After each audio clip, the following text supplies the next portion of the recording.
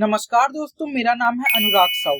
जितने लोग भी सीवीटी 2024 के माध्यम से इलाहाबाद यूनिवर्सिटी से बीकॉम करना चाहते हैं और उनका सपना है इलाहाबाद यूनिवर्सिटी से बीकॉम करने का, तो मैं बीकॉम के बारे में हर एक जानकारी इस चैनल के माध्यम से आप सबको प्रोवाइड कर रहा हूं। जो इलाहाबाद यूनिवर्सिटी में बीकॉम में एडमिशन लेने से पहले आपको जानना बहुत ज्यादा जरूरी है। मैंने सारे सब्जेक्ट्स के बारे में आपको जानकारी दी है कि इलाहाबाद यूनिवर्सिटी ने बीकॉम पार्ट 1 यानी बीकॉम फर्स्ट ईयर में कितने सब्जेक्ट को रखा है और उन सब्जेक्ट में भी क्या क्या आपको पढ़ना है, इसकी जानकारी मैं समय समय पर आप सबको दे रहा हूँ। पहला आपका अकाउंटिंग है, दूसरा बिजनेस लॉ, तीसरा बिजनेस इकोनॉमिक्स, चौथा बिजनेस कम्युनिकेशन, पांचवा money banking and foreign exchange और छठवा आपका है बिजनेस ऑर्गेनाइजेशन एंड मैनेजमेंट। तो अकाउंटिंग में आपको जितना सिलेबस पढ़ना था उन सब की जानकारी मैं वीडियो बना के दे चुका हूँ। आज बारी है बिजनेस लॉ। बिजनेस लॉ में क्या सिलेबस इलाहाबाद यूनिवर्सिटी ने रखा है, क्या क्या आपको पढ़ना है, आज मैं इस वीडियो में डिस्कस करूँ। कुछ लोग कहेंगे बिजनेस लॉ कहाँ से आ गया, हम LLB थोड़ी कर रहे हैं जो बिजनेस लॉ सब्जेक्ट रखा है। LLB में होता है लॉ। देखिए, जब आप कोई बिजनेस स्टार्ट करते हैं तो उसमें बहुत सारे नियम, बहुत सारे लॉ लगते हैं। उन सब लॉ को यहाँ पे आपको पढ़ना है। अगर आप कोई कॉन्ट्रैक्ट करते हैं तो किस प्रकार के लॉ लगेंगे, अगर आप कोई कॉन्ट्रैक्ट के अलावा काम करते हैं तो किस प्रकार के लॉ लगेंगे, उन सब को यहाँ पे आप सबको पढ़ना है। और बिजनेस लॉ में क्या क्या सिलेबस है ये मैं आज आप सबको बताऊंगा। तो आइए वीडियो को शुरू करते हैं। तो ये रहा आपका बिजनेस लॉ का सिलेबस, जो कि इलाहाबाद यूनिवर्सिटी बीकॉम पार्ट 1 यानी बीकॉम फर्स्ट ईयर में दूसरा सब्जेक्ट है।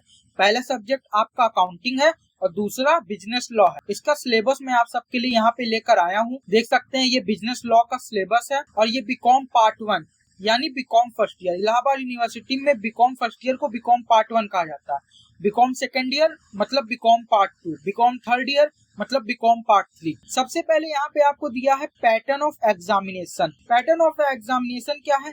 देखिए, इलाहाबाद यूनिवर्सिटी में जो बीकॉम का क्वेश्चन पेपर होता है वो 2 सेक्शन में बटा होता है। पहला सेक्शन आपका कंपलसरी होता है, दूसरे सेक्शन में 6 क्वेश्चन आते हैं और 4 आपको अटेम्प्ट करने। पहले सेक्शन में जो 2 क्वेश्चन आते हैं वो 10-10 मार्क्स के होते हैं और दूसरे सेक्शन में जो क्वेश्चन आते हैं वो 20-20 मार्क्स के होते हैं। वही पहले आपको यहाँ पे बताया गया है जो मैं आपको बता रहा हूँ। आपका सिलेबस शुरू होता है यहाँ, जैसा कि आप यहाँ पे देख सकते। पहला आपका जो चैप्टर है वो है इंडियन कॉन्ट्रैक्ट एक्ट 1872। मैं यहाँ पे लिख देता हूँ, इंडियन कॉन्ट्रैक्ट एक्ट 1872 1872। इसको आपको पढ़ना है। इसमें क्या है, इसमें आपको क्या पढ़ना है मैं आपको शॉर्ट में बता देता हूँ। इसमें आपको पढ़ना है प्रॉमिस क्या होता है, प्रपोजल क्या होता है, कंसिडरेशन क्या होता है, एग्रीमेंट क्या होता है। अगर आप कॉन्ट्रैक्ट करते हैं तो कॉन्ट्रैक्ट किस प्रकार का है। कॉन्ट्रैक्ट भी कई प्रकार के होते हैं, void contract, voidable contract, lawful contract, illegal contract, enforceable contract, quasi contract, contingent contract. तो किस प्रकार का कॉन्ट्रैक्ट है उसको आपको पढ़ना है। फिर आपको पढ़ना है कौन कौन व्यक्ति कॉन्ट्रैक्ट कर सकता है, कानून के नजर में कौन कौन व्यक्ति कॉन्ट्रैक्ट को कर सकता है और कौन कौन व्यक्ति कॉन्ट्रैक्ट को नहीं कर सकता है। जैसे पागल व्यक्ति कॉन्ट्रैक्ट नहीं कर सकता, आप पागल के साथ कॉन्ट्रैक्ट नहीं कर सकते हैं। फिर कॉन्ट्रैक्ट का टर्मिनेशन कैसे होता है, कॉन्ट्रैक्ट की समाप्ति कैसे होगी, उसको भी यहाँ पे आपको पढ़ना इस चैप्टर में। मैं शॉर्ट में आपको बता रहा हूँ, जब आप चैप्टर पढ़ेंगे तो उसमें बहुत कुछ आपको इसमें मिलेगा। तो पहले चैप्टर में यही सब आपको पढ़ना है। फिर आपका दूसरा चैप्टर कौन सा है, सेल ऑफ गुड्स एक्ट 1930। देखिए, आपका जो दूसरा चैप्टर है सेल ऑफ गुड्स एक्ट 1930, ये पहले इंडियन कॉन्ट्रैक्ट एक्ट 1872 के अंदर ही था। ये सेक्शन, इसमें सेक्शन बना है 76 से 123, इसके अंदर था ये। फिर इसको 1930 में अलग कर दिया गया, इसको एक अलग एक्ट बना दिया गया, क्योंकि सेलिंग कॉन्ट्रैक्ट जब आप करते हैं तो उसमें भी बहुत सारी चीजें आती हैं, तो इसको एक अलग एक्ट के रूप में बना दिया गया। इसमें आपको क्या पढ़ना, इसमें आपको पढ़ना बायर क्या होता है, सेलर कौन होता है, गुड्स क्या है। गुड्स भी कई प्रकार के होते हैं, future goods, specific goods, existing goods, contingent goods, uncertain goods, कई प्रकार के गुड्स भी होते हैं, तो उनको आपको पढ़ना है। फिर एक क्रेता को, जो बायर होता है, उसको कौन कौन सी सावधानी रखनी चाहिए, उसके कौन कौन से सिद्धांत है, उसको आपको पढ़ना है। सेलर के कौन कौन से अधिकार हैं, उसको आपको पढ़ना है। यहाँ पे आप देख भी सकते हैं, यहाँ पे लिखा भी है सेल ऑफ बेलमेंट आपको पढ़ना है। टाइप ऑफ गुड्स आपको पढ़ना है, यहाँ पे देख सकते हैं ये लिखा है टाइप्स ऑफ गुड्स आपको पढ़ना है। कंडीशंस कौन कौन से होते हैं, देखिए, जब आप एक सेलिंग कॉन्ट्रैक्ट करते हैं तो उसके कौन कौन से लक्षण होते हैं, किसको आप एक सेलिंग कॉन्ट्रैक्ट कहेंगे। उसमें बायर होना चाहिए, सेलर होना चाहिए, प्राइस होना चाहिए, गुड्स होना चाहिए, ट्रांसफर ऑफ ओनरशिप होना चाहिए, लॉफुल होना चाहिए, लीगल होना चाहिए, तब उसको आप एक सेलिंग कॉन्ट्रैक्ट कहेंगे। तो बहुत कुछ यहाँ पे आपको सीखने को मिलेंगे इस चैप्टर। फिर आपका अगला जो चैप्टर है वो है लिमिटेड लाइबिलिटी पार्टनरशिप एक्ट 2008। इसको शॉर्ट में आप LLP भी कहते हैं। LLP क्या होती है, इसके characteristics, nature, features, limited liability partnership और अनलिमिटेड लाइबिलिटी पार्टनरशिप में क्या अंतर होता है, उसको आपको पढ़ना है। उसके बाद LLP और कंपनी में क्या डिफरेंस होता है, उसको आपको पढ़ना है।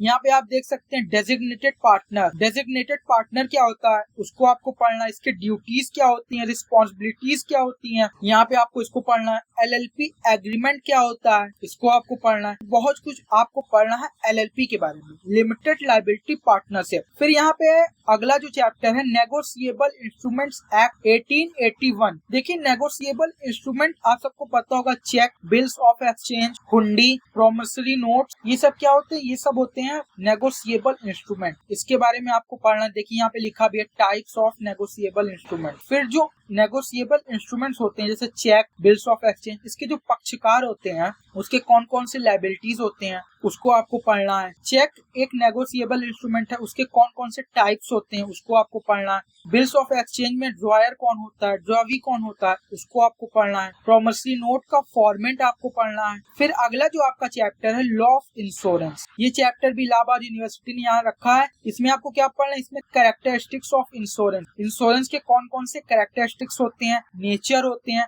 प्रिंसिपल्स ऑफ इंश्योरेंस क्या होता है, री इंश्योरेंस क्या होता है, फायर इंश्योरेंस क्या होता है, अग्नि बीमा क्या होता है, समुद्री बीमा क्या होता है, अग्नि बीमा और समुद्री बीमा में क्या अंतर होता है, इसको आपको पढ़ना है। लाइफ इंश्योरेंस क्या होता है, उसको आपको पढ़ना है। बहुत कुछ आपको इसमें मिलेगा, इंश्योरेंस के बारे में आपको सीखने को मिलेगा। फिर अगला जो आपका चैप्टर है UP shops and commercial establishment act 1962। इसमें आपको क्या पढ़ना है, definition of commercial establishment, registration of shop and commercial establishment, hours of business, holidays and leaves, wage deductions and notices for discharge, employment of children and women, enforcement and penalties, इसको आपको पढ़ना है। तो टोटल 6 चैप्टर्स हैं जैसा कि आप यहाँ पे देख सकते हैं, और इन चैप्टर्स के अंदर भी चैप्टर्स हैं। मतलब जैसे यहाँ पे आप देख सकते हैं ये सेल एंड बेलमेंट, तो बेलमेंट एक पूरा चैप्टर है। फिर इंडियन कॉन्ट्रैक्ट एक्ट में मैंने आपको बताया प्रॉमिस, कंसिडरेशन, इसका पूरा चैप्टर है। तो इन चैप्टर्स के अंदर भी आपको चैप्टर्स मिलेंगे, तो अच्छे से पढ़िएगा। इसमें सेक्शंस भी होते हैं जिसको पढ़ने में बच्चों को बहुत ज्यादा परेशानी। तो शुरुआत से अगर आप सेक्शंस को याद करते चलेंगे तो लास्ट में आपको जब पेपर होगा तो उसमें ज्यादा प्रॉब्लम नहीं फेस करनी पड़ेगी। तो ये पूरा सिलेबस था, मैंने डिस्कस कर दिया, आप सबको क्या पढ़ना शॉर्ट में बता भी दिया, उसके अंदर भी क्या है। उम्मीद करता हूँ वीडियो आप सबको पसंद आई होगी। मिलते हैं नए वीडियो में। वीडियो देखने के लिए आप सबका बहुत बहुत धन्यवाद, बहुत बहुत थैंक यू सो मच।